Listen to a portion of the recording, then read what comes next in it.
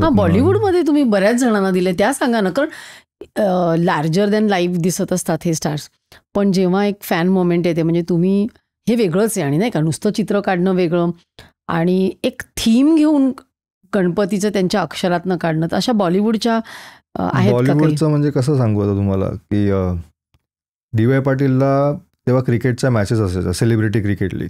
So तिथे Rahul sir म्हणून एक आहेत, तर त्यांनी मला बोलवलं होतं की रितेश सरांचं आर्ट तू बनवशील का? म्हटलं बनवेन, वेळ नाही लागणार त्याला.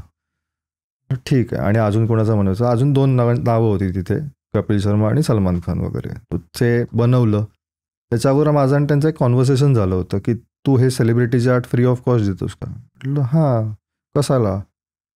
कसा खर्च मॅनेज करतोस? आणि ह्याला प्रिंटिंगला फ्रेमिंगला खर्च येतो. तर ते एक झालं. मग त्यावेळेला त्यांनी मला एक काय म्हणतात त्याला माहीत नाही, पण तो जो खर्च मॅनेज करायचा असतो ना, तर त्यांनी मला एक बंद पाकिट दिलं माझ्या हातात. कोणी? त्या राहुल सरांनी. तर ते दिलं आणि मग ते घरी जाऊन मी उघडलं. आईला दिलं पहिले. आईला म्हणलं देवरात ठेव, मला काहीतरी मिळालं आहे. त्यांनी ते बघितलं, त्याच्यामध्ये काही अमाऊंट होती, एक्स अमाऊंट होती. ते म्हणाले, मी त्यांना विचारलं की हे का पाठवलं? तुझा जो फ्रेमचा खर्च आहे ना, हा काही वर्षांसाठी तू ह्या पैशातनं वापर. तर तिथून ती एक सेलिब्रिटीवाली जर्नी सुरू झाली. तेव्हा कोणाचं काढलं? तेव्हा रितेश देशमुख सरांचं दिलं, सलमान खान सरांचं देता नाही आलं, तर फॉर सिक्युरिटी रिझन. आहे तसंच आता. हां, सलमान सरांचं आर्ट मी जवळजवळ 2013 पर्यंत ते बनवलं होतं. अजून ते तसंच आहे तसं आहे. मग त्याच्यात काय अजून बदल नाही केले? त्याच्या मागची थीम काय होती? म्हणजे हा जाईल ना सलमानपर्यंत पॉडकास्ट, नक्की तुम्हाला येईल बोलवणं. त्याची थीम काय होती? म्हणजे मला काय जाणून घ्यायचं आहे की तुम्ही सेलिब्रिटीज, आता क्रिकेटचं तर मला तुम्ही कळलं की विराट कोहलीचं त्याची ती पॅशन किंवा धोनीचं, म्हणजे त्याच्या मागे तुमचं जे क्रिकेट प्रेम आहे ते त्याच्यातनं व्यक्त होतंय नाही का? मग हे बॉलिवूड स्टारचं करताना त्याच्या मागे काय थॉट प्रोसेस असते? बॉलिवूडचं कसं आहे, माझं जेवढं त्यांना, आता त्यांची लँग्वेज आणि माझी लँग्वेज ही थोडी वेगळी आहे. काही लोकांना इंग्लिशच समजतं, काही हिंदी प्रिफर नाही करत. सो तो मी थोडं सिम्पल ठेवायचा प्रयत्न करतो त्यांच्यापर्यंत.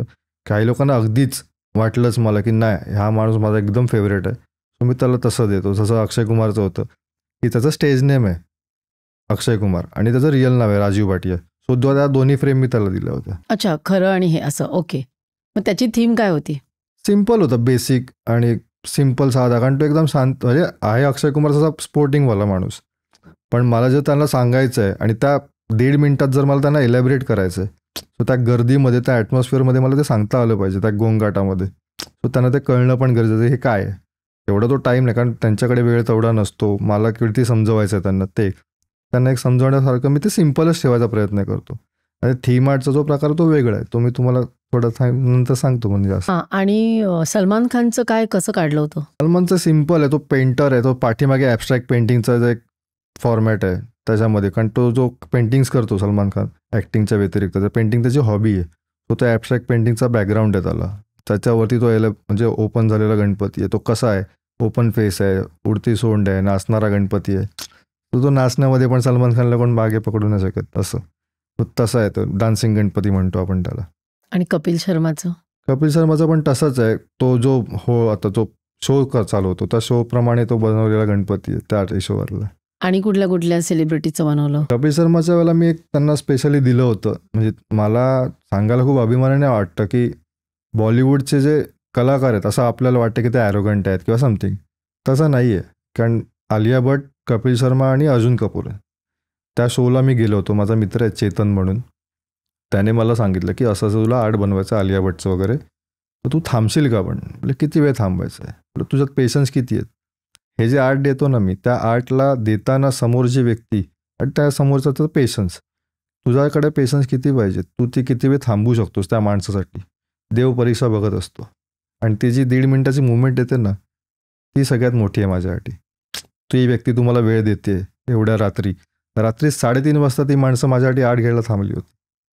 शूट संपल्यानंतर तेव्हा एक फिल्मचं प्रमोशन होतं, त्या प्रमोशनच्या निमित्ताने त्याच्या शोवरती आलेले, कपिल शर्मा शोला. सो तिथे मला त्याने सांगितलं की तुला असं आर्ट द्यायचं आहे, तू ये, पण तुला थांबावं लागेल. ठीक आहे, मी थांबतो म्हटलं. तू माझी परीक्षा नको घेऊ, मी हळूहळू बऱ्याच परीक्षा पास करत इकडे आलो. सो तिथे ते आर्ट दिलं गेलं आणि मग 3:30 वाजता ते आर्ट देऊन त्या वेळेत 3:30 वाजता रात्री फोटो काढायला माणूस कोण उभा राहू शकतो. त्यांना मी रिक्वेस्ट केली, सर एक फोटो लिहिलो, घे ना.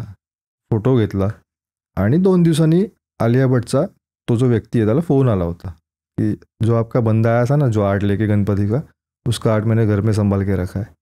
आणि त्याने मग ती मला इन्सिडेंट सांगितला की मी म्हटलं की आपण जो विचार करतो एखाद्या माणसाबद्दलचा तो तसा नसतो जोपर्यंत आपण त्याला प्रत्यक्षात नाही भेटत.